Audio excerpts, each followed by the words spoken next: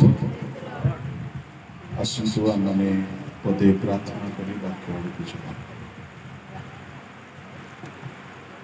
ସୈନ୍ୟାଧିପତି ମଙ୍ଗଳମୟ ଅତି ପବିତ୍ର ସ୍ୱର୍ଗୀୟ ପିତା, ଏହି ସନ୍ଧ୍ୟା ବେଳାରେ ଆଉ ଥରେ ଆମ୍ଭେମାନେ ତୁମ୍ଭ ନାମରେ ସମବେତ ହୋଇଅଛୁ।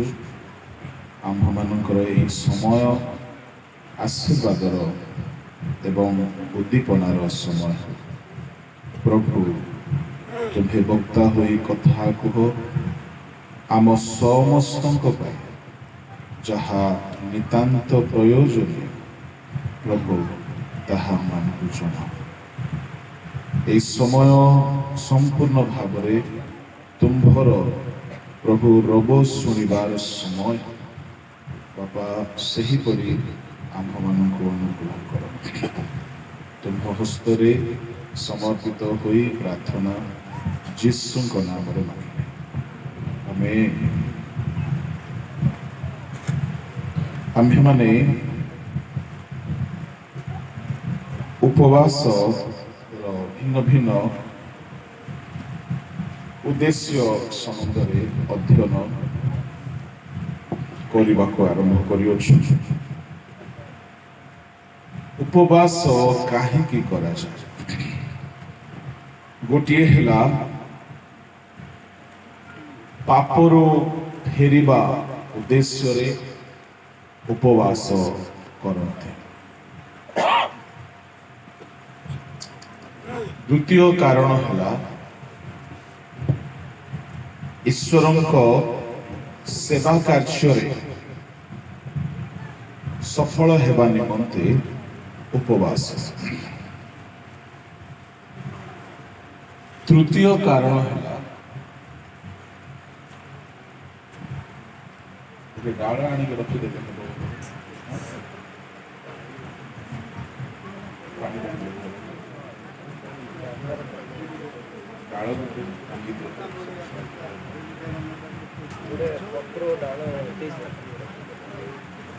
କିଏ ଜଣେ ଯାଅ ଡାଳ ଗୋଟେ ଆଣିକି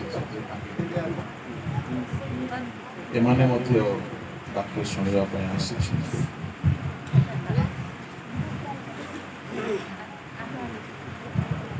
ଠିକ ଅଛି। ଉପବାସର ତୃତୀୟ କାରଣ କଣ ଆମେ ଶୁଣିଥିଲୁ? କାହାର ମନେ ଅଛି? ଆକସ୍ମିକ ଦୁର୍ଘଟଣାରୁ ଅମଙ୍ଗଳରୁ ବିପଦରୁ ରକ୍ଷା ପାଇବା। ହାଲେଲୁୟା, ପ୍ରେଜ୍ ଦ ଲର୍ଡ। ଉପବାସର ଚତୁର୍ଥ କାରଣ, ଯେତେବେଳେ ଇସ୍ରାଏଲୀୟ ମାନେ ମିଶ୍ର ଦେଶରୁ ନିସ୍ତାରିତ ହୋଇଥିଲେ, ଇସ୍ରାଏଲୀୟ ମାନଙ୍କୁ ଏକ ପର୍ବ ପାଳନ କରିବା ନିମନ୍ତେ ଦିଆଯାଇଥିଲା ଆଉ ସେମାନେ ଉପବାସର ପର୍ବ ପାଳନ କରୁଥିଲେ। ପଢନ୍ତୁ ପ୍ରେରିତ ପୁସ୍ତକ ତାହାର 26 ଅଧ୍ୟାୟ 9 ପଦ ଟିକେ ଦେଖନ୍ତୁ।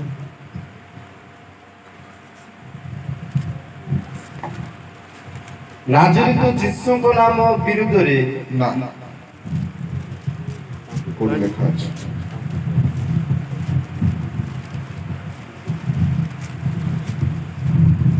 ସତେଇଶ ଅଧ୍ୟାୟ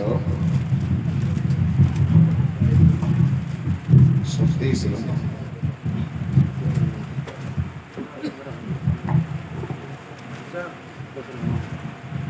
ଏହି ପ୍ରକାର ଅନେକ ସମୟ ଅତିବାହିତ ହେଲା।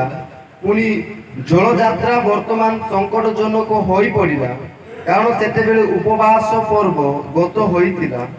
ଏଣୁ ପାଉଲ ସେମାନଙ୍କୁ ସତର୍କ କରାଇ କହିଲେ, ମହାଶୟମାନେ ଏହି ଜଳଯାତ୍ରା ଇସ୍ରାଏଲୀୟ ମାନେ ଉପବାସ ଗୋଟେ ପର୍ବ ଭାବରେ ପାଳନ କରୁଥିଲେ।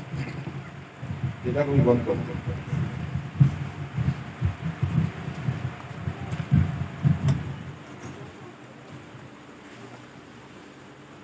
Hallelujah, hallelujah.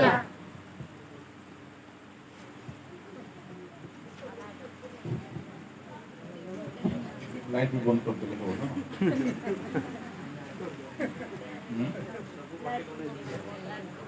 ଏଟା ସବୁ ଗୋଟେ କନେକ୍ସନ କି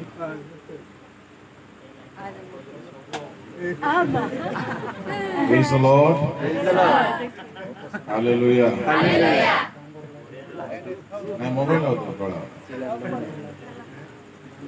ମୋବାଇଲ ଜଳେଇଲେ ପୁଣି ତମ ପାଖକୁ ଆସିବ ଦାଣ୍ଡର ଲାଇଟ୍ ଗୋଟେ ଜଳେଇ ଦିଅ ସେଟା ଦେଖିଲ ସାଙ୍ଗେ ପଳେଇଲେ ସବୁ ଦାଣ୍ଡର ଲାଇଟ୍ ଜଳେଇ ଦିଅ ଦାଣ୍ଡରେ ଜଳେଇ ଦିଅ ଟିକେ ଲାଇଟ୍ ଅଫ୍ କର ଟିକେ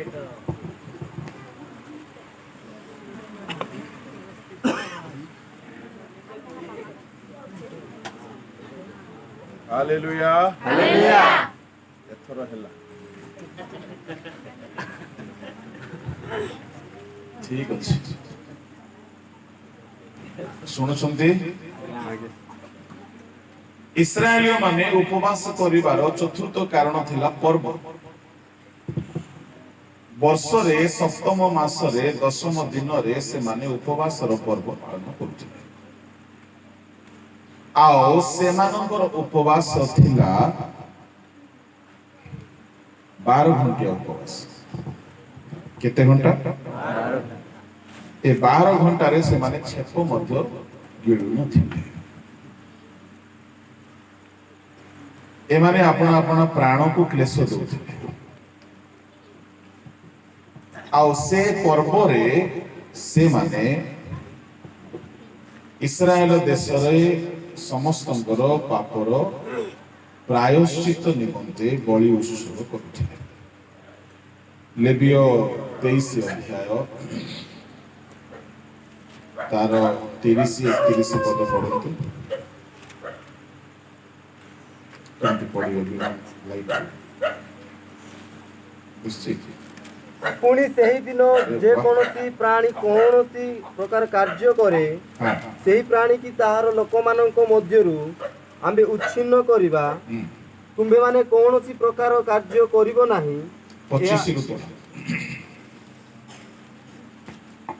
ତୁମ୍ଭେମାନେ କୌଣସି ବ୍ୟବସାୟ କର୍ମ କରିବ ନାହିଁ ମାତ୍ର ସଦାପ୍ରଭୁଙ୍କ ଉଦ୍ଦେଶ୍ୟରେ ଅଗ୍ନିକୃତ ଉପହାର ଉତ୍ସର୍ଗ କରିବ ଆହୁରି ସଦାପ୍ରଭୁ ମୋଶାଙ୍କୁ କହିଲେ ସେହି ସପ୍ତମ ମାସର ଦଶମ ଦିନ ଅବଶ୍ୟ ପ୍ରାୟଶ୍ଚିତ୍ତର ଦିନ ହେବ ସେହି ଦିନ ତୁମମାନଙ୍କର ପବିତ୍ର ସଭା ହେବ ତୁମେମାନେ ଆପଣା ପ୍ରାଣକୁ କ୍ଲେଶ ଦେବ ପୁଣି ତୁମେମାନେ ସଦାପ୍ରଭୁଙ୍କ ଉଦ୍ଦେଶ୍ୟରେ ଅଗ୍ନିକୃତ ଉପହାର ଉତ୍ସର୍ଗ କରିବ ସେହି ଦିନ ତୁମେମାନେ କୌଣସି ପ୍ରକାର କାର୍ଯ୍ୟ କରିବ ନାହିଁ କାରଣ ତୁମମାନଙ୍କ ପରମେଶ୍ୱର ସଦାପ୍ରଭୁଙ୍କ ସମ୍ମୁଖରେ ତୁମମାନଙ୍କ ନିମନ୍ତେ ପ୍ରାୟଶ୍ଚିତ କରିବା ପାଇଁ ତାହା ପ୍ରାୟଶ୍ଚିତର ଦିନ ହେବ ସେହି ଦିନରେ ଯେ କେହି ଆପଣା ପ୍ରାଣକୁ କ୍ଲେଶ ଦେବ ନାହିଁ ସେ ଆପଣା ଲୋକମାନଙ୍କ ମଧ୍ୟରୁ ଉଚ୍ଛିନ୍ନ ହେବ ପୁଣି ସେହି ଦିନ ଯେକୌଣସି ପ୍ରାଣୀ କୌଣସି ପ୍ରକାର କାର୍ଯ୍ୟ କରେ ସେହି ପ୍ରାଣୀ କି ତାହାର ଲୋକମାନଙ୍କ ମଧ୍ୟରୁ ଆମ୍ଭେ ଉଚ୍ଛିନ୍ନ କରିବା ତୁମେମାନେ କୌଣସି ପ୍ରକାର କାର୍ଯ୍ୟ କରିବ ନାହିଁ ଏହା ତୁମମାନଙ୍କର ସମୁଦାୟ ନିବାସୀ ସ୍ଥାନରେ ପୁରୁଷାନୁକ୍ରମେ ପାଳନୀୟ ଅନନ୍ତକାଳୀନ ବିଧି ପରମେଶ୍ୱର କହିଲେ ଯଦି କେହି ଉପବାସ କରିବ ନାହିଁ ତ ସେ ମଣ୍ଡଳୀ ମଧ୍ୟରୁ ଉଚ୍ଛିନ୍ନ ହେବ ସମାଜରୁ ଅନ୍ତର ବୋଲି ଗୋଟେ କଥା ଅଛି ନାଇଁ କି ମଣ୍ଡଳୀ ଅନ୍ତର ସମାଜରୁ ଅନ୍ତର ତେବେ ଇସ୍ରାଏଲୀୟ ମାନେ ବର୍ଷରେ ଥରେ ଗୋଟିଏ ଦିନ ସପ୍ତମ ମାସର ଦଶମ ଦିନରେ ଉପବାସ କରିବାକୁ ବାଧ୍ୟ ହେଉଥିଲେ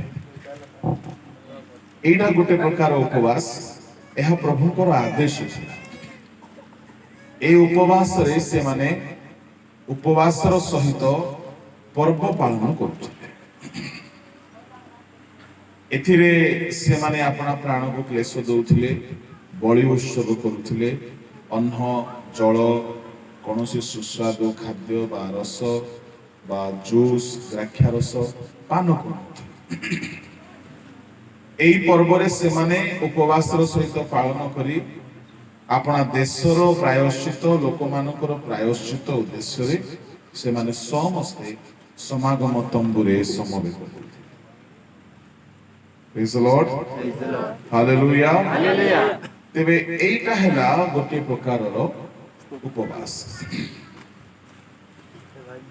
এই ଉପବାସରେ ଲୋକେ ଧାର୍ମିକ ଗଣିତ ହେଉଥିଲେ, ଈଶ୍ୱରଙ୍କ ନିକଟବର୍ତ୍ତୀ ହେଉଥିଲେ। ତାପରେ ପଞ୍ଚମ ଉପବାସ। କାଳକ୍ରମେ ଇସ୍ରାଏଲୀୟ ମାନେ ଭିନ୍ନ ଭିନ୍ନ ମାସରେ ଉପବାସ ଡିକ୍ଲେୟାର କରୁଥିଲେ। ଜିଖରୀୟ ଭାବବାଦୀଙ୍କ ପୁସ୍ତକ ବାହାର କରନ୍ତୁ। ବାହାର କଲେ ପଢନ୍ତୁ।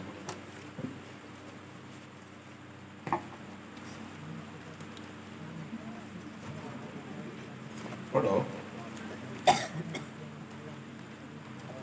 ଆଚ୍ଛା କହିବାକୁ ପଡିବ କି 8:19।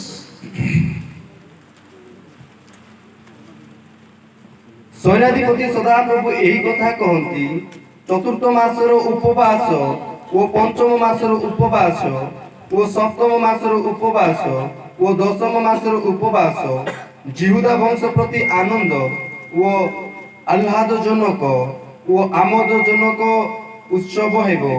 ଏଥିପାଇଁ ତୁମ୍ଭେମାନେ ସତ୍ୟ ଓ ଶାନ୍ତି ଭଲ ପାଅ। ଏଠାରେ କାଳକ୍ରମେ ଇସ୍ରାଏଲୀୟ ମାନେ ପ୍ରଭୁଙ୍କ ଦାସମାନଙ୍କ ଦ୍ୱାରା ଏହି ଭିନ୍ନ ଭିନ୍ନ ମାସରେ ଉପବାସ କରିବା ପାଇଁ ସ୍ଥିର କରିଥିଲେ। ଏଇଟା ଚଲେଇ ଦିଏ। କେଉଁ କେଉଁ ମାସର ଉପବାସ? ଚତୁର୍ଥ, ପଞ୍ଚମ, ସପ୍ତମ, ଦଶମ। ଚତୁର୍ଥ ମାସ ଆସୁ ଆସୁ ସେମାନେ ଉପବାସ କରୁଥିଲେ। ପଞ୍ଚମ ମାସ ଆସୁ ଆସୁ ଉପବାସ କରୁଥିଲେ। ଆଉ ସପ୍ତମ ମାସ ଆସୁ ଆସୁ ଉପବାସ କରୁଥିଲେ। ଅଷ୍ଟମ ମାସ ନ କରିକି ସିଧା ଦଶମ ମାସରେ କରୁଥିଲେ। ଏଇ ଯେଉଁ ଇସ୍ରାଏଲୀୟ ମାନେ ଭିନ୍ନ ଭିନ୍ନ ମାସରେ ଉପବାସ କରୁଥିଲେ, ଏମାନଙ୍କ ପ୍ରତି ଈଶ୍ୱରଙ୍କର ଗୋଟିଏ ଅଭିଯୋଗ ଥିଲା। କଣ ଅଭିଯୋଗ? 7 ଅଧ୍ୟାୟର 5 ପଦ ପଢନ୍ତୁ। ଦେଶର ସମଗ୍ର ଲୋକଙ୍କୁ ଓ ଯାଜକମାନଙ୍କୁ ଏହି କଥା କୁହ, ତୁମ୍ଭେମାନେ ଏହି 70 ବର୍ଷ ଯାକ ପଞ୍ଚମ ମାସରେ ଓ ସପ୍ତମ ମାସରେ ଉପବାସ ଓ ବିଳାପ କଲା ବେଳେ ତୁମ୍ଭେମାନେ କି ଆମ୍ଭ ଉଦ୍ଦେଶ୍ୟରେ ପ୍ରକୃତରେ ଆମ୍ଭ ଉଦ୍ଦେଶ୍ୟରେ ଉପବାସ କଲ? କେତେ ବର୍ଷ ସେମାନେ ଉପବାସ କଲେ? 70 ବର୍ଷ। ବାପରେ, 70 ବର୍ଷ ଉପବାସ କଲେ। ଆଉ ସେ 70 ବର୍ଷ ପଞ୍ଚମ ମାସ ଆଉ ସପ୍ତମ ମାସ। ଆଚ୍ଛା, କାହିଁକି 70 ବର୍ଷ ବୋଲି କୁହାଗଲା? କିଏ କହିବ? ଯିଏ କହିବ ତାହାକୁ ପ୍ରାଇଜ, ବାଳକ ଆଜ୍ଞାମାନଙ୍କୁ ଛାଡ଼ିକି ପ୍ରାଇଜ ପାଣି ଆଜ୍ଞା ଦେବେ। କିଏ କହିବ? ପ୍ରାଇଜ ଦେବ। ପ୍ରାଇଜ 20 ଟଙ୍କା।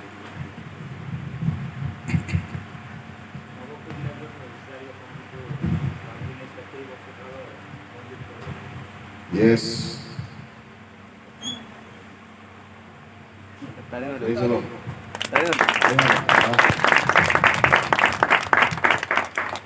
ମୁଁ ବେଳେ ବେଳେ ପ୍ରାଇଜରେ ମୋର ଫୋନ୍ ରଖିଦିଏ। ଆଜି ସେ ଭାବିଥିବ କାହିଁକି ଫୋନ୍ ରଖିବ ନାହିଁ ବୋଲି। ତାମାନେ ଆଉ ସେମିତି ରିସ୍କ ରଖିବାର ନାହିଁ। କେତେବେଳେ ପଳେଇବ ଫୋନ୍ ବିପଦ। 70 ବର୍ଷ ଏମାନେ ବାବିଲୋନ ଦେଶରେ ନିର୍ବାସିତ ହେଇକି ରହିଲେ।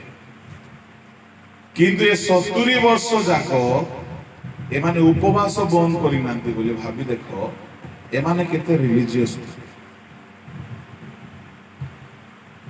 70 ବର୍ଷ ଏମାନେ ସେ ଦେଶରେ ବସବାସ କଲେ, କିନ୍ତୁ ମନ ପରିବର୍ତ୍ତନ କଲେ ନାହିଁ।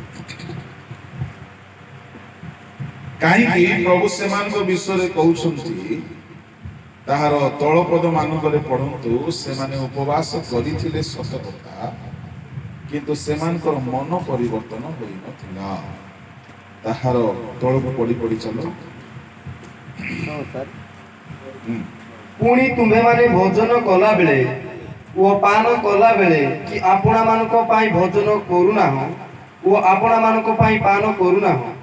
ଜେରୁସାଲେମ ଶତ ବିଶିଷ୍ଟ ଓ বস বিশিষ্ট ও সৌভাগ্য অবস্থারে ବାଇବଲ କୁ ଲାଇଟ୍ ରଖି ପଢ।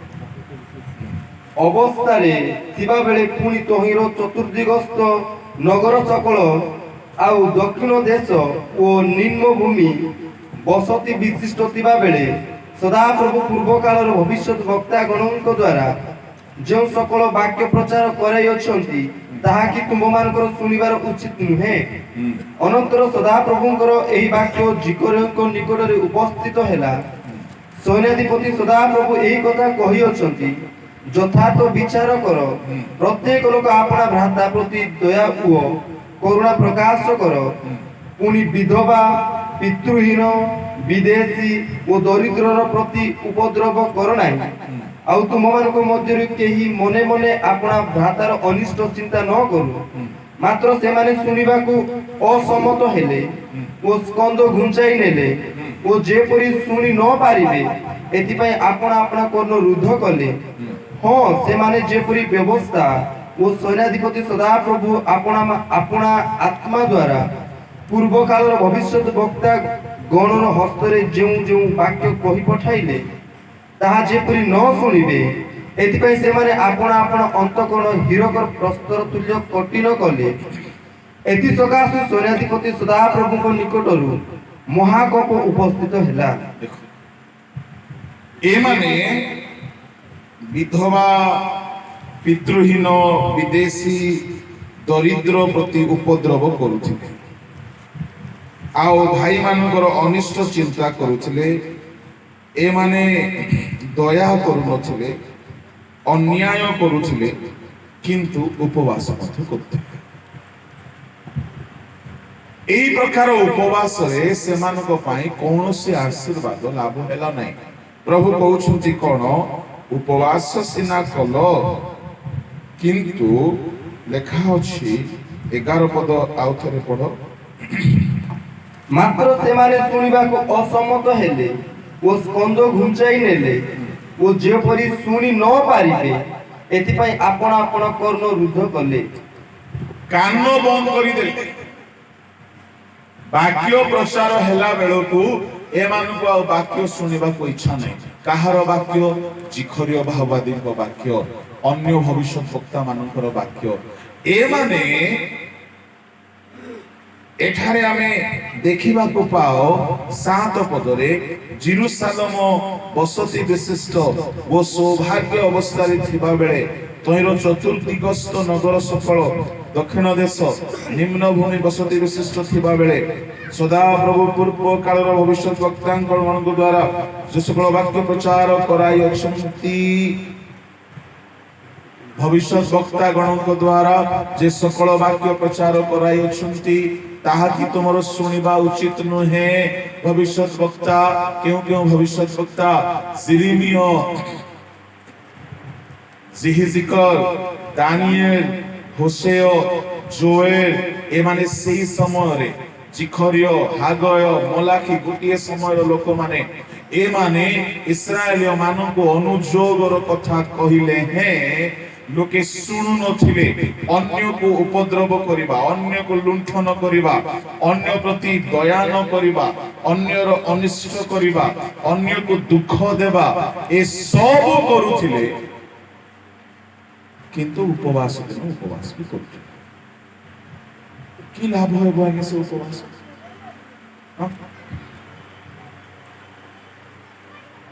ଦରିଦ୍ରକୁ ଦେଖିଲେ ତାର ସମ୍ପତ୍ତି ଲୁଟି ନଉଥିଲେ,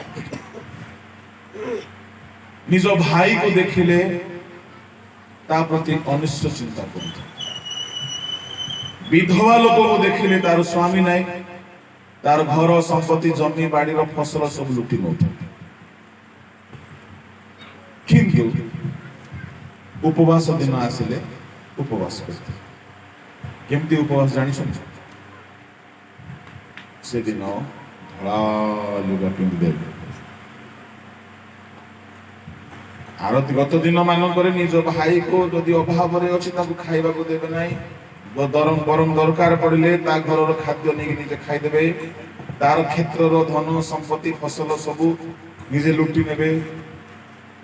ବିଦେଶରେ ଯଦି କୌଣସି ଲୋକ ଆସିଲା ତାକୁ ଲୁଟି ଖାଇବେ। ଉପବାସ ଦିନ ପଡ଼ିଗଲା। କୋଉ ମାସ? ପଞ୍ଚମ ମାସ।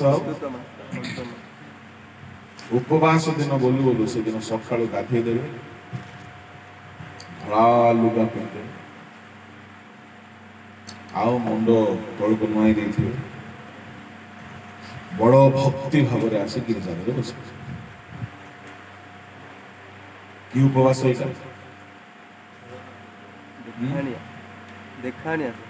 এইটা হচ্ছে কপট। কপট কেবল লোক দেখানিয়া, বাক্য সাଙ୍ଗরে কৌଣସି মতলব নাই। ଆଜିକାଲି ଅନେକ ଏମିତି ଖ୍ରୀଷ୍ଟିଆନ ମାନେ ମଧ୍ୟ ଅଛନ୍ତି ଯୋଉମାନେ କି ଉପବାସ କରିଦେଇଥିବେ ନାମକୁ ମାତ୍ର, ଆଉ ସ୍କୁଲ କଲେଜ ପଳେଇଥିବେ, ତାପରେ ସେଠି ମଧ୍ୟ ବୁଲିବେ, ଖେଳିବେ, ଜୁସ୍ ପିଇବେ, ହସ ମାତ ହେବେ, ମୋବାଇଲରେ ଖେଳ ଦେଖୁଥିବେ, ମୋବାଇଲରେ ସିନେମା ଦେଖୁଥିବେ, ତାପରେ ଶେଷରେ ସନ୍ଧ୍ୟାରେ ଖାଇଦେଇ ଖାଇକି ଶୋଇପଡ଼ିବେ। ଦେଖିଛ ଏମିତି ଲୋକକୁ? ଏବେ ରିସେଣ୍ଟରେ ଆମର ଗୋଟେ ଭୋଜି ଚାଲିଥିଲା, ସେ ଭୋଜି ଦିନ ଜଣେ ଉପବାସ କରିଦେଇଛି।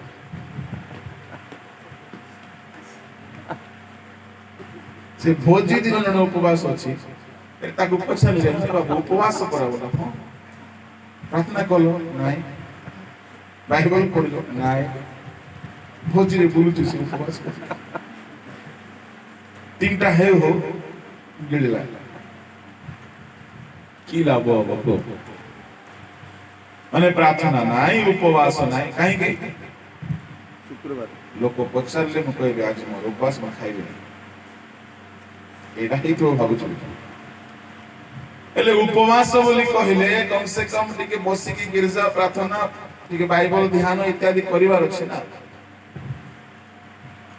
ଜଣେ ମତେ କହିଲା 20 ବର୍ଷ ହେଲା ମୁଁ ଶୁକ୍ରବାର ଦିନ ଜଳଖିଆ ଖାଇନି। କେତେ ବର୍ଷ? 20 ବର୍ଷ। ସ୍ୱାମୀ ସାଙ୍ଗରେ ସବୁଦିନ ଝଗଡ଼ା ତାର। ମୁଁ କହିଲି ଯାହା ହଲ ଉପବାସ କରିକି ବରଦାନ ପାଇଛୁ। କି ବରଦାନ? ସ୍ୱାମୀ ସାଙ୍ଗରେ ଝଗଡ଼ା ହବ। ତେବେ ଲାଭ କଣ ହେଲା? ତ କାଳକ୍ରମେ ଫାରୁସୀ ମାନେ ଉପବାସରେ ବେଶୀ ଷ୍ଟ୍ରଙ୍ଗ ହେବାକୁ ଲାଗିଲେ।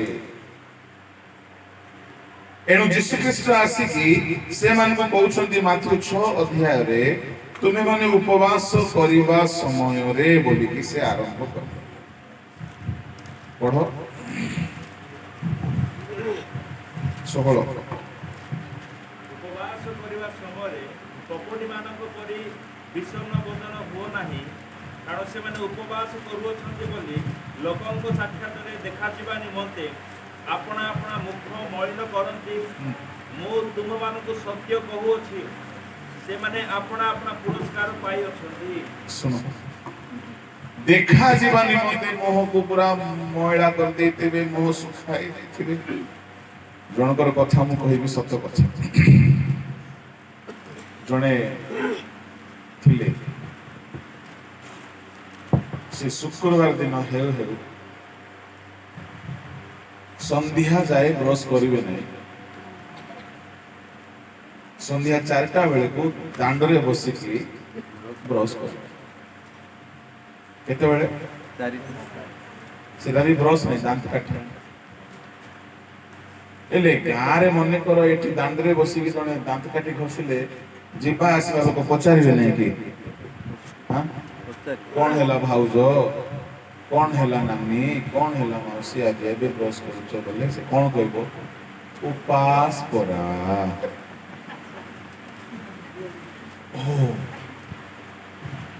ହେଲେ ସେ ବ୍ରଶ ସବୁଦିନ ବାଡିକାନି କରିବ, ଶୁକ୍ରବାର ଦିନ ଦାଣ୍ଡରେ ବସି କରିବ। ତାର ଅର୍ଥ କଣ? ମତେ ଲୋକ ପଚାରନ୍ତୁ, ଦେଖନ୍ତୁ ମୁଁ ଉପବାସ କରୁଛି। କି ଦୁଃଖର କଥା।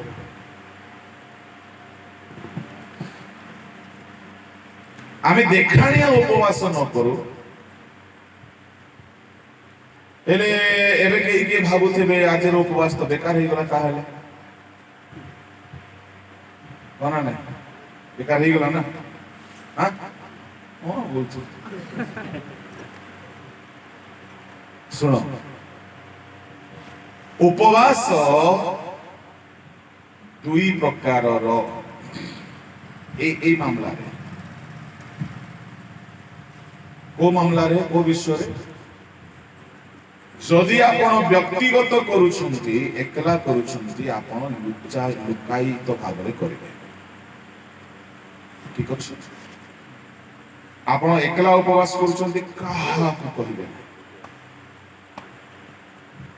ଏକଲା ଉପବାସ କରୁଛନ୍ତି ଯଦି ଆପଣ ମଣ୍ଡଳୀରେ କରୁଛନ୍ତି ଆପଣ ତାହାକୁ ପ୍ରଚାର କରିବେ ତାହାକୁ ଲୁଚିକି କରିବେ ନାହିଁ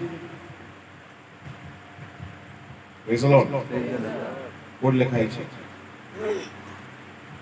ଜିହୋଶାଫାଟ ଯେତେବେଳେ ଉପବାସ ଘୋଷଣା କଲେ ଦ୍ୱିତୀୟ ବଂଶାବଳୀ 20 ଅଧ୍ୟାୟ ତାହାର 3 ପଦ ତହିଁରେ ଜିହୋଶାଫାଟ ଭୀତ ହୋଇ ସଦାପ୍ରଭୁଙ୍କର ଅନ୍ୱେଷଣ କରିବାକୁ ପ୍ରବୃତ୍ତ ହେଲେ ପୁଣି ଜିହୁଦାର ସର୍ବତ୍ର ଉପବାସ ଘୋଷଣା କରାଇଲେ କଣ କଲେ ପୁରା ଜିହୁଦା ପ୍ରଦେଶରେ ଉପବାସ ଆନାଉନ୍ସ କଲେ ହେଲେ ଗୋଟିଏ ରାଜା ଯଦି ଉପବାସ ଡିକ୍ଲେୟାର କରୁଛନ୍ତି ତାହା ଗୁପ୍ତ ଭାବରେ କରିହେବ କି ଏବେ କୋଡିକି ମାହାରେ ଉପବାସ ସମସ୍ତେ ମିଳିମିଶି କରିବାକୁ ଯଦି ଚାହୁଁଛୁ ତାହା ଘୋଷଣା କରିବାକୁ ଆପଣ ମାନେ ଭୁଲ କରିନାହାନ୍ତି ତାହା ହଁ କି ନାହିଁ ସେତେବେଳେ ବି ହଁ କହିଲ ଏବେ ବି କେହି ଯଦି ଏକଲା ଉପବାସ କରୁଛ ମୁଁ ଟିକେ ଡ୍ୟାନ୍ସ କରୁଛି କାହିଁକି ବୋଲେ ପଶି ଯାଇଛନ୍ତି ଭିତରେ ପଶିକି ସେମାନେ ଚୁମା ଦଉଛନ୍ତି Praise the Lord. ହଉ ଠିକ ଅଛି ତାଙ୍କୁ ବି ଖାଦ୍ୟ ଦରକାର ନା ନା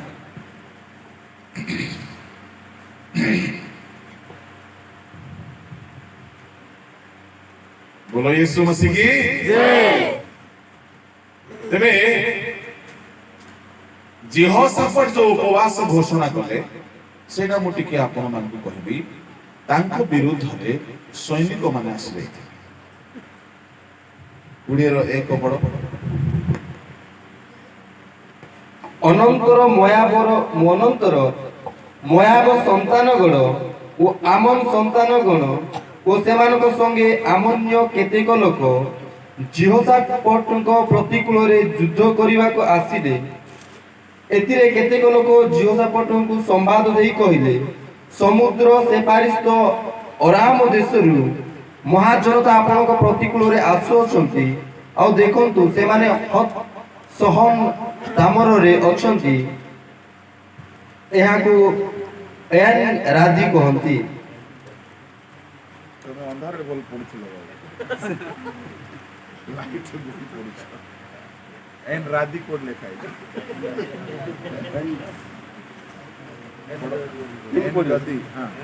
ତହିଁରେ ଜିହୋଶାଫାଟ ଭୀତ ହୋଇ ସଦାପ୍ରଭୁଙ୍କର ଅନ୍ୱେଷଣ କରିବାକୁ ପ୍ରବୃତ୍ତ ହେଲେ ପୁଣି ଜିହୁଦାର ସର୍ବତ୍ର ଉପବାସ ଘୋଷଣା କରାଇଲେ Praise the Lord. Hallelujah. पूरा ଦେଶରେ ଉପବାସ ଡିକ୍ଲେୟାର କଲେ ଏ ରାଜା ମୋର ଗୋଟେ ଫେଭରେଟ ରାଜା ଅଟନ୍ତି କେଉଁ ରାଜା ଜିହୋଶାଫାଟ ଏମିତି କେହି କରିନାହାନ୍ତି ପୁରା ଦେଶରେ ଭାବି ଦେଖ କେତେ ସ୍ପିରିଚୁଆଲ ରାଜା ଯେତେବେଳେ ଦେଖିଲେ ଶତ୍ରୁ ଆସିଗଲେ ଶତ୍ରୁକୁ ଦେଖିକି ଡରିଗଲେ ଶୁଣ ଆପଣ ବେଳେ ବେଳେ କିଛି କିଛି ସମସ୍ୟାକୁ ଦେଖି ଡରନ୍ତି ଯଦି ଆପଣ ଡରୁଛନ୍ତି ଆମେ ବେଳେ ବେଳେ କିଛି କିଛି ବିଷୟକୁ ଦେଖି ବହୁତ ଡରିଯାଉ ବେଳେ ବେଳେ ହେଇପାରେ ରୋଗ ସକାଶୁ ଡରିଯାଉ ହେଇପାରେ ଆମର ଚାକିରି କ୍ଷେତ୍ରରେ କିଛି ସମସ୍ୟା ହେତୁ ଡରିଯାଉ କିଛି କିଛି ବିଷୟ ଆମକୁ ଡରାଇ ଦିଏ କଣ ହେବ ବାଇବଲରେ ସାଉଲଙ୍କର ସୈନ୍ୟମାନେ ଗୋଲିଆତକୁ ଦେଖିକି ଡରିଗଲେ ଡରି ଗଲେ ନା ନାଇଁ? ହେଲେ କାହିଁକି ସାଉଲ ଉପବାସ ଡିକ୍ଲେୟାର କଲା ନାଇଁ? କରିବା କଥା ନା। ସାଉଲ କେବେ ଫାଷ୍ଟିଂ କରିନାହିଁ, ତେଣୁକରି ସେ ଲାଷ୍ଟିଂ ହେଲା।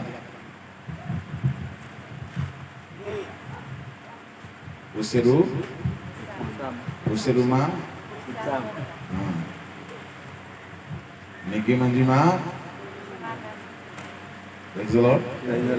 Hallelujah. ସାଉଲ କେବେ ହେଲେ ଫାଷ୍ଟିଂ କରି ନାହିଁ, ତେଣୁକରି ଲାଷ୍ଟିଂ ହେଇ ନାହିଁ। ଯେହୋଶାଫାଟ ବି ଶତ୍ରୁକୁ ଦେଖିଲା, ସାଉଲ ବି ଶତ୍ରୁକୁ ଦେଖିଲା। ସାଉଲ ଦେଖିକି ଡରି କରି ଖାଲି ଚିନ୍ତାରେ ଅଛି, ଆଉ କଣ ଏଡେ ବୋକା ଲୋକଟା, ମୋ ଝିଅକୁ ବାହା କରିଦେବି, ଯିଏ ତାକୁ ମାରିବ। ସେ ଝିଅ ଯଦି ଆଜିକାଲି ଝିଅ ହେଇଥାନ୍ତା, ବାପା କୋଉ ଗୋଟେ ଗୁଣ୍ଡା ଯଦି ମାରିଦେଲେ ଗୁଣ୍ଡାକୁ ବାହା ହେବି କହିଥାନ୍ତେ। ମାନେ କେଡେ ସାଂସାରିକ ଲୋକ ଦେଖ, ଯଦି କେହି ଗୋଲିଆତକୁ ମାରିବ, ମୋର ଝିଅକୁ ବାହା କରିବ। ମାନେ ସେ ଝିଅ ଯାଇକି ହଇରାଣ ହଉ, ମୁଇଁ ଆରାମରେ ଥିବି, ପୁଣି ବହୁତ ଧନ ଦେବି, ସମ୍ପତ୍ତି ଦେବି, ଏ ଦେବି, ସିଏ ଦେବି। ଯେହୋଶାଫାଟକୁ ଦେଖ, ଯେହୋଶାଫାଟ ଯେତେବେଳେ ଶତ୍ରୁ ମାନଙ୍କୁ ଦେଖିଲା, ଅନ୍ୟ ସାଧାରଣ ରାଜା ମାନଙ୍କ ପରି ସେ ହେଲା ନାହିଁ। ରାଜା ମାନେ ସାଧାରଣତଃ ଦୁଇ ଗୋଟି କାମ କରନ୍ତି। କଣ? ଯଦି କୌଣସି ଶତ୍ରୁକୁ ଦେଖନ୍ତି, ପ୍ରଥମ କାମ, ଯଦି ସେମାନେ ଯୁଦ୍ଧ କରିପାରିବେ ନାହିଁ ପରି ଲାଗନ୍ତି, ସାଙ୍ଗେ ସାଙ୍ଗେ ନିଜ ମଧ୍ୟରୁ ଗୋଟେ ମନ୍ତ୍ରୀକୁ ପଠାନ୍ତି, ଗୋଟିଏ ରାଜଦୂତକୁ ପଠାନ୍ତି, ଆଉ କହନ୍ତି ଯାଇକି ସେ ରାଜାକୁ କହିଦିଅ ଆମେ ଯୁଦ୍ଧ ଚାହୁଁ। Praise the Lord. କଣ ଚାହୁଁଛ? ଆପଣ କଣ ନେବେ କୁହନ୍ତୁ, ଆମେ ମାସକୁ ମାସ ଆପଣଙ୍କୁ ଦେବୁ। ଯୁଦ୍ଧ କରନ୍ତୁ ନାହିଁ, ଆମ ଦେଶରେ ଆମେ ଥିବୁ, ଆମେ ତୁମକୁ ମାସକୁ କଣ କଣ ଦେବୁ କୁହନ୍ତୁ। ସେ ରାଜା କହିବ ବଢିଆ କଥା, କାହିଁକି ଯୁଦ୍ଧ କରିବି, ଚାଲ ପ୍ରତି ମାସରେ 1000 ତୋଳା ସୁନା ମତେ ଦେବ,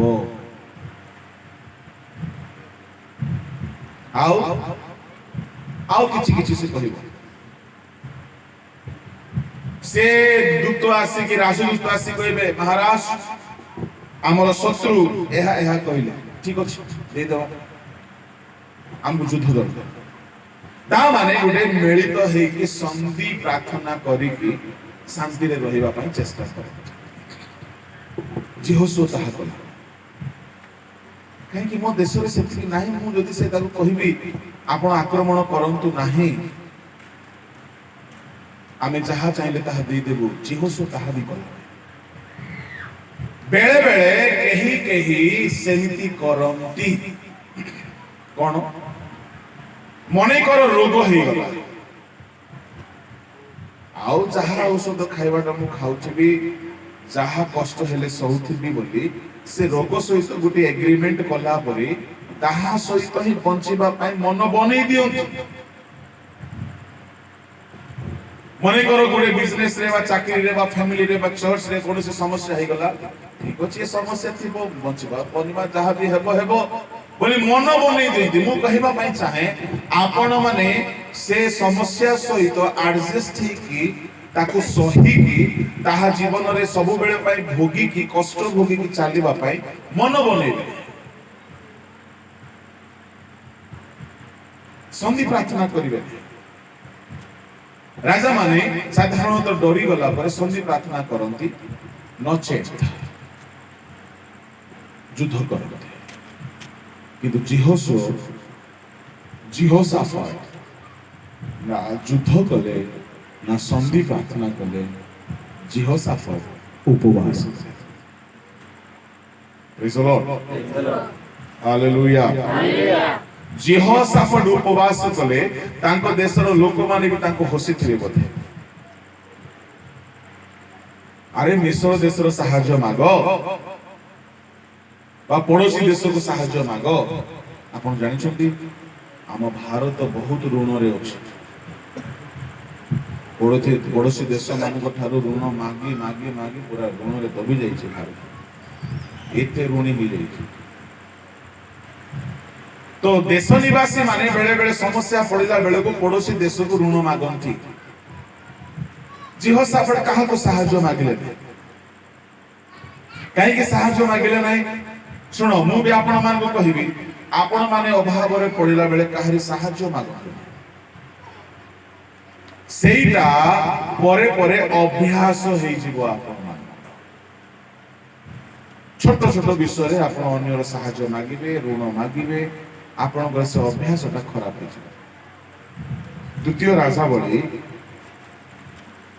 20 अध्याय 18 अध्याय टिके देखि दिए को अध्याय 18 अध्याय 21 पद। देख तुमे एही छेचानलर जस्ती रूपे मिश्र उपरे निर्भर करूअछ मात्र केही तोही उपरे आउ झिले ना झिले आउ जीले मरले आउ जीले का संगे रे पड़ो आउ झिले ताहार हातरे पसी पड़ी पकाइबो जो माने मिश्र राजा फारो उपरे निर्भर रखती से समस्त प्रति से तो एही प्रकार लोक माने साधारणतः मिश्र उपरे भरोसा करूछन्ति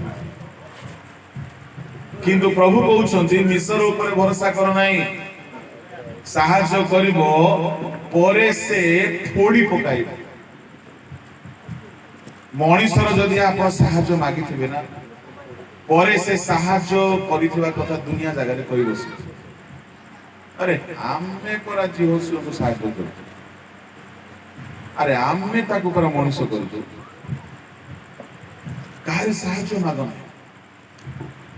प्रभु को साहाय्य मन निजे चेष्टा रे ठिया मनीष सबु बेले निज बलरे निज गोड़रे निज चेष्टा रे मनीष हेबा पई चेष्टा करबा दरकार अन्य ऊपर सबु बेले डिपेंडेंट होतु नै से माने अभिशप्त जीहोशाफाट चाहिथिले मिस्र राजा को कोई था मते साहाय्य कर चाहिथिले शत्रु मान को सहित संधि करि पारि था किंतु से मनीष को भरोसा कला नाही शत्रुर अधीन रे रहिबा चाहिला नाही से गोटे नुआ चेष्टा कला बाइबल रो कोनोसी राजा करि नाहंती से उपवास डिक्लेयर कला पूरा देशर लोक उपवास करते जेते बेले पूरा देशर लोक जेरूशलेम रे एक हेले पढंतु इना बहुत बड़ कष्ट विषय थिला 4 पद पढंतु से उच्च स्थली सबु दूर करि देले वो वंशावली 20 रो 4 आ जीवदार लोक माने सदा प्रभु को सहाय्य मागिबा पाई आपणा मानको एकत्र कले सदा प्रभु को अन्वेषण करिबा को जीवदार समुदाय नगर लोक माने आसिले। देखो तो समुदाय नगर लोक माने आसिले आ गोटिए जगह रे रुंड हेले एकत्र हेले समुदाय नगर रो आसिले केते बढ़िया कथा हो समस्त आसी की 5 पद कोन हेची पढंतु आ जीहोशाफाट नूतन प्रांगण सम्मुखस्थ सदा प्रभु गृहरे जीहुदार ओ जेरूशलेम समाज मध्य ठिया हेले आउ से कहिले हे सदा प्रभु आम मानको पितृपुरुष प्रार्थना स्टार्ट ठिया हेई गले जीहोशाफाट आउ प्रार्थना आरंभ एटा होची गोटे लीडर रो कर्तव्य परिवार रो लीडर चर्च लीडर मंडली लीडर गां लीडर देशर लीडर परिवार लीडर के माँ बापा चर्च लीडर के pastor committee secretary committee leaders गाँ रो मुखिया माने गाँ रे विपद पड़िला घरे विपद पड़िला चर्च रे विपद पड़िला उपवास डिक्लेयर करिवे समस्त समाज रे जमा हेले जीहोशाफाट ठिया होई प्रार्थना आरंभ कले कौन प्रार्थना करछन्ती पढ़ी चलो आउ से कहिले हे सदा प्रभु आम मानको पितृपुरुष गणना परमेश्वर तुम्बे कोन स्वर्गस्थ परमेश्वर नुह ତୁମେ କ'ଣ ଗୋଷ୍ଠୀ ମାନଙ୍କ ସମୁଦାୟ ରାଜ୍ୟର କର୍ତ୍ତା ନୁହଁ?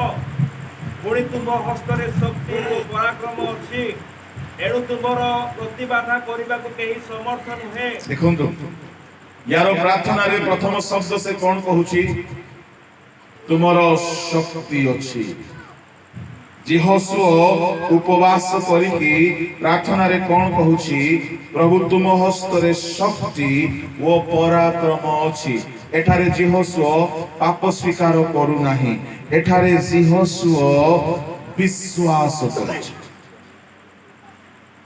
जिहसु विश्वास करुची कौन बोली लॉर्ड यू आर पावरफुल तुम्हें शक्तिमान ईश्वर अट तुम्हें पराक्रमी ईश्वर अट एहा आमे जानो तुमर विरोध करिवा पई केही समर्थ नुहे। सात हे आमମାନଙ୍କର परमेश्वर तुंबे कोन आपण लोक इस्राएल समूह करू एही देश निवासी मानकु तोड़ी देई अनंत काल निमंते आपण मित्र अब्राहम वंश को ताहा देना हो आउ से माने तोहिरे वास करी तन्मध्य रे तुंभ नाम निमंते एक धर्मधाम निर्माण करी कहि अछंती जेबे आममान को प्रति अमंगल खड्ग दंड कि महामारी कि दुर्भिक्ष उपस्थित हेबो तेबे आम्भे माने एही गृह सम्मुखरे ओ तुंभ सम्मुखरे ठिया हेबो कारण तुंभ नाम एही गृह रे अछि आउ आम्भे माने आपण संकट काल रे तुंभ निकट रे प्रार्थना करिबु तोहिरे तुंभे सुनी उद्धार करिबो एबे आमनर ओ मयाबर ओ सेईरो पार्वत्य संतान गुण को देखो इस्राएल मिस्र देशरु बाहर होई आसीबा बेले एही लोक मान को आक्रमण करिबा पाई तुंबे सेमान को देई ना हो मात्र से माने एही लोक मान को निकट को अन्य पथरे जाई एमान को विनाश कले नहीं देखो एमाने आम्भ मान को गर्भार्थे दत्त होई दत्त तुम बोगार्थे दत्त तुंबो अधिकार तोड़ी देबा पाई आसी की परी आम्भ मानकर अपकार करूछंती हे आम्भ मानक परमेश्वर तुंबे कोन एमानकर विचार करिवो नाही कारण आम्भ मानक प्रतिकूल रे आगत एही बृहत दल विरुद्ध रे आम्भ मानकर कोनोसी पराक्रम नाही अथवा कोन करिबाकू हेबो एहा आमे माने जानु ना केवल तुंबो प्रति आम्भ मानक दृष्टि अछि। हालेलुया ए उपवास से कोन देखाइला प्रभु को प्रभु हमें पापी प्रभु हमको क्षमा करो नहीं से प्रार्थना करो कौन कला से प्रभु आमे तुमर लोक प्रेज द लॉर्ड तुमे आमको मिस्र रो आनिलो ए देश रे रखिलो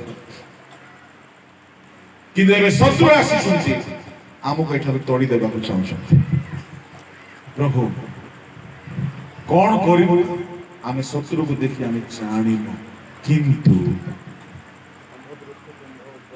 आम दृष्टि केवल तुम ऊपर प्रेज द लॉर्ड ए कथा रे कौन झलकुछि आमको किछि जणा पडुना किछि बुझा पडुना कौन करिबो केते बढ़िया प्रार्थना बेले बेले आपण मानको मध्य एमती लागिबो मते किछि आईडिया हेउ नाही मते बुझा पडु नाही मु कौन करिबी बेले बेले एमती लागे चाकरी नहीं परिवार नहीं सेवा नहीं स्वास्थ्य नहीं लागिबो किछि बुझा पडुनी मु कौन करिबी एठारे कहउछन्ती से कौन करिबा को हेबो आमे जानो युद्ध करिबु ना जाई कि मिलित हे जिबु ना उपवास करी कि खाली भूखरे रहिबु ना शत्रुर अधीन हे जिबु ना पड़ोसी राज्य रो सहायता मागिबु कौन करिबु हमको आईडिया आसु बेले बेले लाइफ रे आपण मानको मध्य एमती परिस्थिति आसीबो कौन कौन करिबा किछि बुझा पड़ै शुणु यदि किछि बुझा पड़ू नाही तो से परिस्थिति रे उपवास कर Where there is no way, there is a way in fasting and prayer. Praise the Lord. ମୋ ଲାଇଫରେ ମୁଁ ସେଇଆ କରେ। ଯଦି ମତେ କିଛି ବୁଝା ପଡ଼ିଲା ନାହିଁ, କାହାକୁ କୁହେ ନାହିଁ, ପ୍ରଭୁଙ୍କ ପାଖରେ ଏକଲା ଉପବାସରେ ବସିଯାଏ। ପ୍ରଭୁ ମୋ ହାତରେ ନାହିଁ, ମତେ ବୁଝା ପଡ଼ୁନାହିଁ, ମତେ କିଛି ଉପାୟ ଦିଶୁନାହିଁ, ମୁଁ ନିରୁପାୟ ନିଃସହାୟ, କିନ୍ତୁ ଆମର ଦୃଷ୍ଟି ତୁମ ଉପରେ ଅଛି। Praise the Lord. Hallelujah. ସଦା ପ୍ରଭୁଙ୍କ ଉପରେ ଦୃଷ୍ଟି ରଖ। ଦାସ କର୍ତ୍ତାର ହସ୍ତକୁ ଯେମିତି ଅନାଇଥାଏ, ପ୍ରଭୁଙ୍କ ଆଡ଼କୁ ଅନାଇଥାଏ, କେବଳ ପ୍ରଭୁଙ୍କ ଆଡ଼କୁ। ବେଳେ ବେଳେ ଏମିତି ପରିସ୍ଥିତି ଆସିଯିବ, ଡକ୍ଟର ବି କହିବେ ଆମ ଦ୍ୱାରା ହେବ ନାହିଁ। ବେଳେ ବେଳେ ଏମିତି ପରିସ୍ଥିତି ଆସିଯିବ, ନିଜ ଘର ଲୋକମାନେ ବି ଛାଡ଼ିଦେବେ। ଆପଣଙ୍କୁ ଲାଗିବ କିଛି ଉପାୟ ନାହିଁ। ମୁଁ କହିବି କିଛି ଉପାୟ ଥାଉ ନଥାଉ, ପ୍ରଭୁଙ୍କ ଠାରେ ଭରସା ରଖ। ଯେହୋଶାଫାତ କହିଦେଲେ, ପ୍ରଭୁ କଣ କରିବାକୁ ହେବ ଆମେ ଜାଣିନ, କିନ୍ତୁ ଆମର ଦୃଷ୍ଟି ତୁମ ଉପରେ ଅଛି। Praise the Lord. କେବଳ ଏ ଶବ୍ଦ ମତେ ବହୁତ ବଢିଆ ଲାଗିଲା। କେବଳ ତୁମ ପ୍ରତି ଆମ ମାନଙ୍କ କେବଳ କେବଳ ତୁମ ଡକ୍ଟର ଉପରେ ନା ଓକିଲ ଉପରେ ନା ଥାନା ଉପରେ ନା ମେଡିସିନ ଉପରେ, ପଇସା ଉପରେ ନା ଚାକିରି ଉପରେ ନା ବଳ ଉପରେ ନାହିଁ, କେବଳ ତୁମ। ଦେଶରେ ସୈନିକ ଅଛନ୍ତି, ଖଡଗ ବର୍ଷା ଅଛି, କିନ୍ତୁ ଆମର ଭରସା କେବଳ ତୁମ, କେବଳ ତୁମ ଉପରେ। ହାଲେଲୁୟା। ଏତିକି ପ୍ରାର୍ଥନା ସେ କରିଛି। ଏ ପ୍ରାର୍ଥନା ପ୍ରଭୁଙ୍କୁ ବହୁତ ଭଲ ଲାଗିଲା, ଯେ ସଦା ପ୍ରଭୁଙ୍କ ଉପରେ ଭରସା ରଖେ, ଯେ ପ୍ରଭୁଙ୍କ ଉପରେ ବିଶ୍ୱାସ କରେ। ଯେହୋଶାଫାତ କଣ କଣ କଲେ ମାନେ, ଯେହୋଶାଫାତ ପ୍ରଭୁଙ୍କ ଉପରେ ଆଉଜି ପଡ଼ିଲେ, ତାଙ୍କ ଉପରେ ବିଶ୍ୱାସ କଲେ, ପ୍ରାର୍ଥନା କଲେ, ଉପବାସ କଲେ। ଯେମିତି ଉପବାସର ସହିତ ପ୍ରଭୁଙ୍କ ଉପରେ ଆଉଜି ପଡ଼ିଛନ୍ତି। କଣ ହେଇଛି? ସାଙ୍ଗେ ସାଙ୍ଗେ ତଳକୁ ପଢ। ଏଥିରେ ସମଗ୍ର ଜିହୁଦା ଆପଣମାନଙ୍କ ଶିଶୁ, ଭାର୍ଯ୍ୟା ଓ ସନ୍ତାନ ସନ୍ତତି ସହିତ ସଦାପ୍ରଭୁଙ୍କ ସମ୍ମୁଖରେ ଠିଆ ହେଲେ। ତେବେ ସମାଜ ମଧ୍ୟରେ ଆସବ ବଂଶଜାତ ମତନିୟର ବୃଦ୍ଧ ପ୍ରପୌତ୍ର, ଜିଓଏଲର ପ୍ରପୌତ୍ର, ବନାଇଲର ପୌତ୍ର, ଜିକରିୟର ପୁତ୍ର ଯହସିଏଲର ନାମକ ଏକ ଲେବୀୟ ଲୋକ ଉପରେ ସଦାପ୍ରଭୁଙ୍କ ଆତ୍ମା ଅଧିଷ୍ଠିତ ହେଲେ। ହାଲେଲୁୟା। ପ୍ରେଜ୍ ଦ ଲର୍ଡ। ଆସଫ କିଏ? ଆସଫ ହଉଛି ଯେମିତି ଆମର ଅମିତ ପାଣି ଆଜ୍ଞା, ଆସଫ ଗୋଟିଏ ଗାୟକ। ପ୍ରେଜ୍ ଦ ଲର୍ଡ। ହାଲେଲୁୟା। ଆଜ୍ଞା ଆମର ଓଡ଼ିଶାର ଆସଫ। ଆସଫ ଦାଉଦଙ୍କ ସମୟର ଲୋକ, ହେଲେ ଆସଫଙ୍କ ବଂଶରେ, ଆସଫର ବଂଶରେ ମତନିୟର ବୃଦ୍ଧ ପ୍ରପୌତ୍ର, ଜିଓଏଲର ପ୍ରପୌତ୍ର, ବନାୟର ପୌତ୍ର, ଜିଖରିୟର ପୁତ୍ର ଯହସିଏଲ ନାମକ ଏକ ଲେବୀୟ ଲୋକ ଉପରେ ଆତ୍ମା ଅଧିଷ୍ଠାନ କଲେ। ସମସ୍ତେ ଉପବାସରେ ଅଛନ୍ତି, ଶତ୍ରୁ ସିଆଡେ ଠିଆ ହେଇଛନ୍ତି, ଜଣଙ୍କ ଉପରେ ଆତ୍ମା ଅଧିଷ୍ଠାନ କଲେ। ଯେମିତି ଆତ୍ମା ଅଧିଷ୍ଠାନ କଲେ, ଯେହୋଶାଫାତଙ୍କ ପ୍ରାର୍ଥନା ସରିଛି, ପବିତ୍ର ଆତ୍ମା ଅଧିଷ୍ଠାନ କଲେ। ଅଧିଷ୍ଠାନ କରିକି ପ୍ରଭୁ କଣ କହୁଛନ୍ତି? ତଳକୁ ପଡ। ତହୁଁ ସେ କହିଲେ, ହେ ସମଗ୍ର ଜିହୁଦା ଓ ଜେରୁସାଲେମ ନିବାସୀଗଣ, ତୁମ୍ଭେମାନେ ଆଉ ହେ ମହାରାଜ ଯେହୋଶାଫାତ, ତୁମ୍ଭେ ଶୁଣ। ସଦାପ୍ରଭୁ ତୁମ୍ଭମାନଙ୍କୁ ଏହି କଥା କହନ୍ତି, ଏହି ମହାଜନତା ସକାଶୁ ତୁମ୍ଭେମାନେ ଭୟ ନ କର। କି ନିରାଶ ନ ହୁଅ, କାରଣ ଏହି ଯୁଦ୍ଧ ତୁମ୍ଭମାନଙ୍କର ନୁହେଁ ମାତ୍ର ପରମେଶ୍ୱରଙ୍କର। Hallelujah. Hallelujah. Praise the Lord. ଆପଣ ଉପବାସ କରିବେ, ଆପଣ ପ୍ରଭୁଙ୍କ ଉପରେ ଭରସା ରଖିବେ, ସମ୍ପୂର୍ଣ୍ଣ ଆହୁତି ପଡ଼ିବେ, ଯୁଦ୍ଧ ସଦାପ୍ରଭୁ କରିବେ। ପ୍ରଭୁଙ୍କ ଆତ୍ମା କହିଲେ ନିରାଶ ହୁଅ ନାହିଁ, ହତାଶ ହୁଅ ନାହିଁ, ଯୁଦ୍ଧ ସଦାପ୍ରଭୁ। Praise the Lord. Hallelujah. Hallelujah. ଡର ନାହିଁ, ନିରାଶ ହୁଅ ନାହିଁ, ଭାଙ୍ଗି ପଡ ନାହିଁ। ବେଳେ ବେଳେ ଆମେ କିଛି ବ୍ୟକ୍ତିଗତ ସମସ୍ୟାରେ ବହୁତ ଭାଙ୍ଗି ପଡୁ, କିନ୍ତୁ ପ୍ରଭୁ ଆଜି କହୁଛନ୍ତି ଉପବାସ କର, ପ୍ରଭୁ ତୁମ ପାଇଁ ଯୁଦ୍ଧ କରିବେ। ଯୁଦ୍ଧ ତୁମର ନାହିଁ। Your struggling will come into an end. God will fight for you. ସଦାପ୍ରଭୁ ଯୁଦ୍ଧ କରିବେ। ଆଉ କଣ ହେଲା ପଢନ୍ତୁ ତଳକୁ। କାଲି ତୁମ୍ଭେମାନେ ସେମାନଙ୍କ ପ୍ରତିକୂଳରେ ଯାଅ, ଦେଖ ସେମାନେ ଶୀଷ ଘାଟି ଦେଇ ଆସୁଅଛନ୍ତି।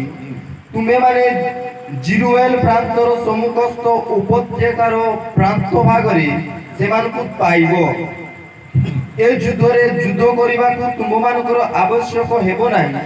ହେ ଜିହୁଦା ଓ ଜେରୁସାଲେମ, ଯୁଦ୍ଧ କରିବାକୁ ପଡିବ। ତୁମେ କଣ କରିବ? ତୁମେ ଗୋଟେ କୋର ଟିମକୁ ରେଡି କର।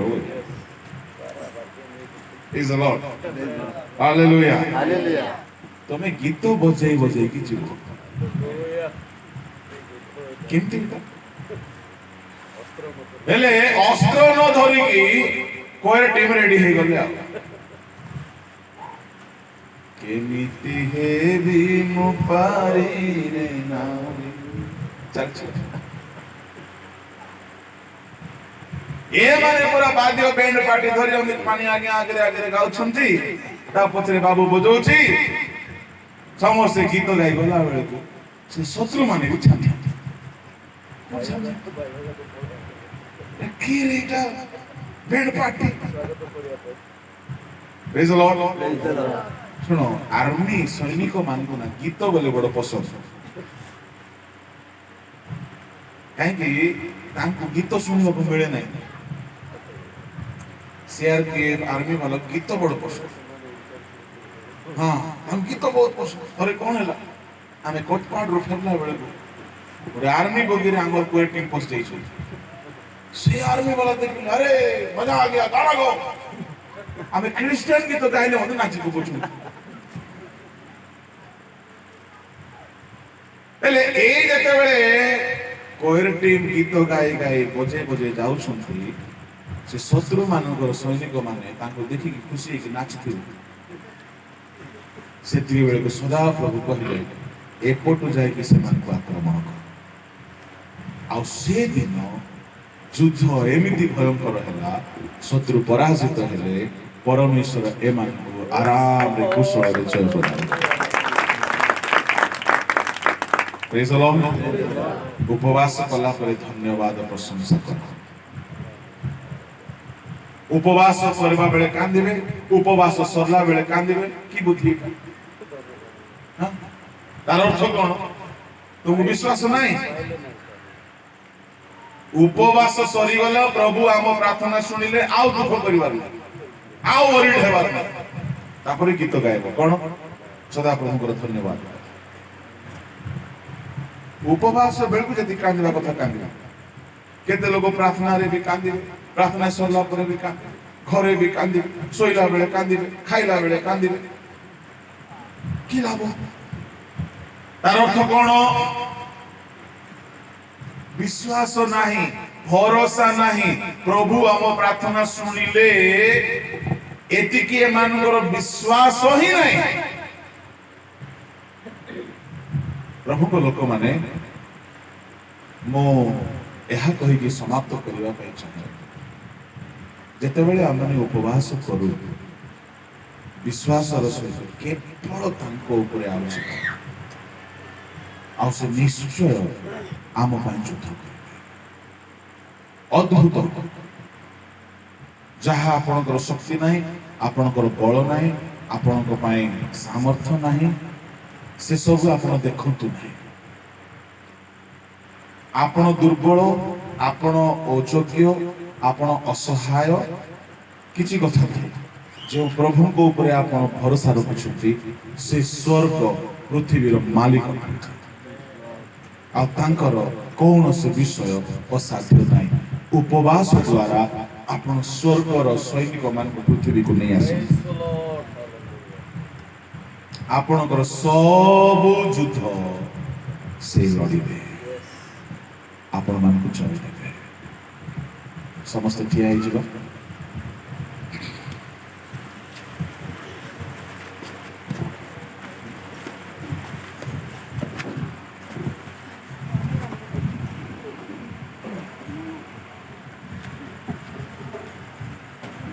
ଆସନ୍ତୁ ଆଜିର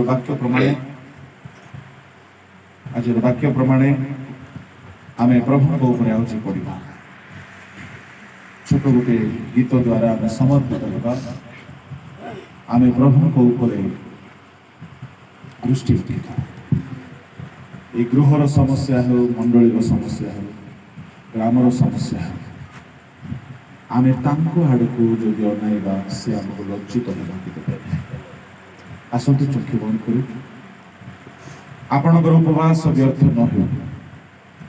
ଯଦି ଉପବାସ କରି ଈଶ୍ୱରକୁ କଷ୍ଟ ଦେଇଛନ୍ତି, ଆପଣ ପ୍ରାର୍ଥନା କରିଛନ୍ତି, ବିଶ୍ୱାସ କରିଛନ୍ତି, ଏବେ ତାଙ୍କ ଉପରେ ଆଉଜି ପଡ଼ନ୍ତୁ।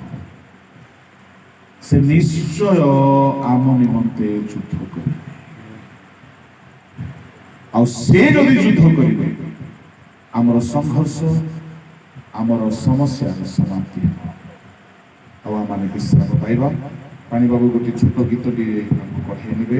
ଏ ଗୀତଟି ହେଲା ବେଳେ କିଏ କାହାରିକ ନାଁ ସମର୍ପିତ ହେଇଯାଏ। प्रभु परमेश्वर तू कितना भला है, तेरी भलाई सदा आती है। प्रभु परमेश्वर तू कितना भला है, तेरी भलाई सदा आती है।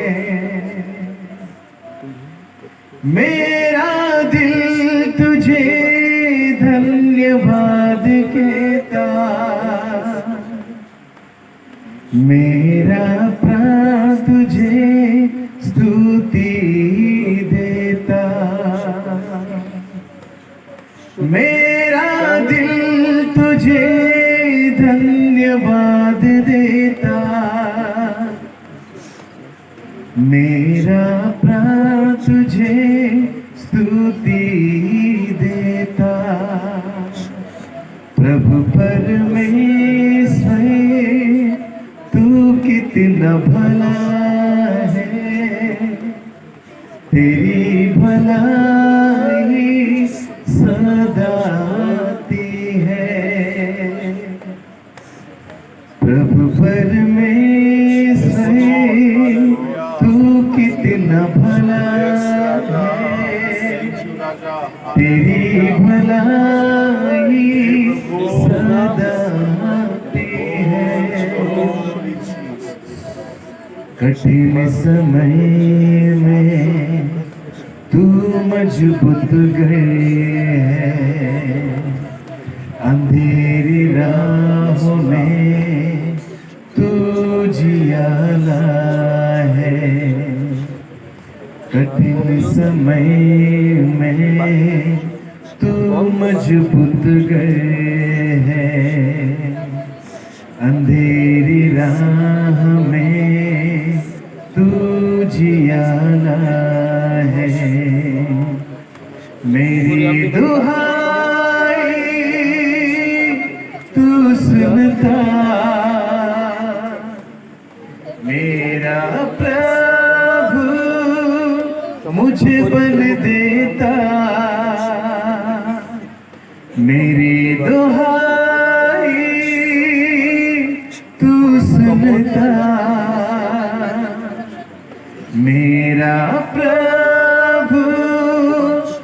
तुझे बल देता, मेरा प्राण तुझे स्तुति देता। प्रभु परमेश्वर तू कितना भला है, तेरी भलाई सदा आती है।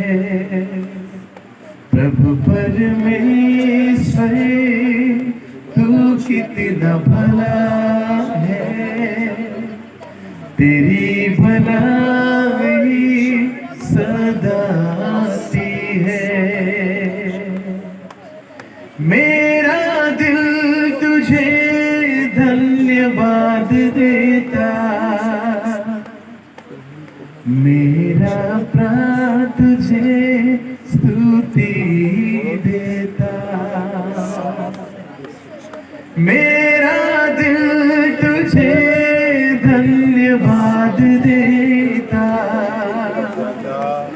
मेरा प्राण तुझे स्तुति देता।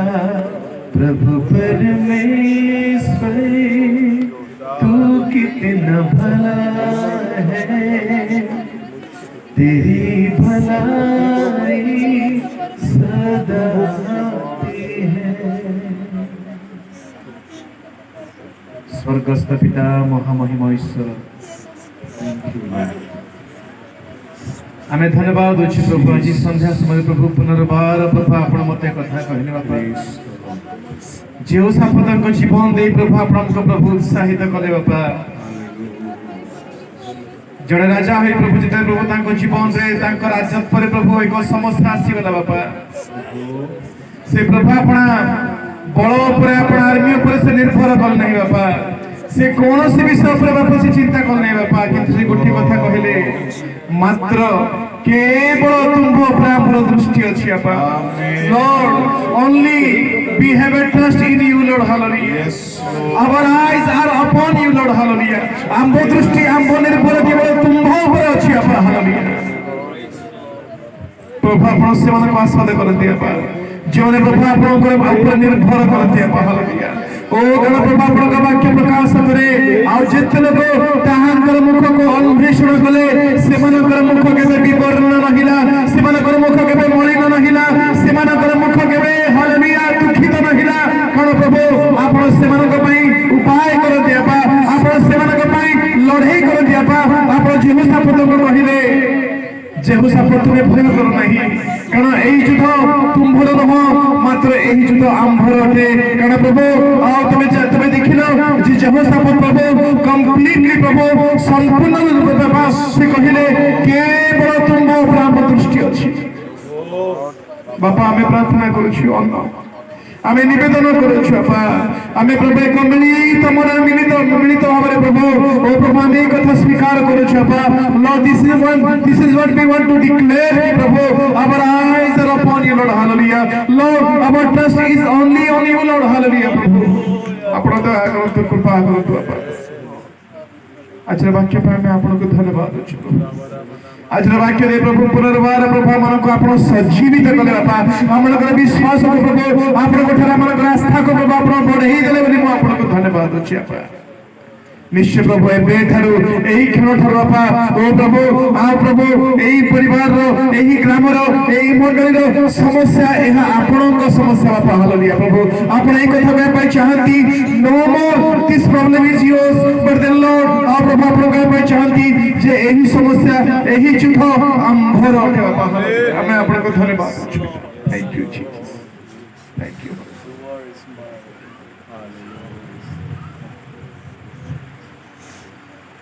स्वर्गीय पिता आमान दृष्टि केवल तुम ऊपर अछि प्रभु। एई ग्राम रे परिवार मानक रे जो विपद उपरे विपद फेरी पड़ी अछि प्रभु। ए समस्त विषय समाधान केवल तुम्हें पाई पारिबो। ए परिवार को ग्राम को प्रभु तुम्हें सुरक्षा। आमाने कौन करिबो हमको किछि बुझा पड़े नहीं, কিন্তু আমি তুম উপরে আশ্রୟ ନେଇଛୁ ଆମମାନଙ୍କୁ ତୁମେ ଛାଡ଼ିବ ନାହିଁ ଲଜ୍ଜିତ ହେବାକୁ ଦେବ ନାହିଁ ପ୍ରଭୁ এই গৃহ মণ্ডলী প্রত্যেকଙ୍କୁ সেইপରି ସୁରକ୍ଷା ଦେଇ ଆଶୀର୍ବାଦ ତୁମ ହସ୍ତରେ ସମର୍ପଣ କରି ପ୍ରାର୍ଥନା ଯୀଶୁଙ୍କ ନାମରେ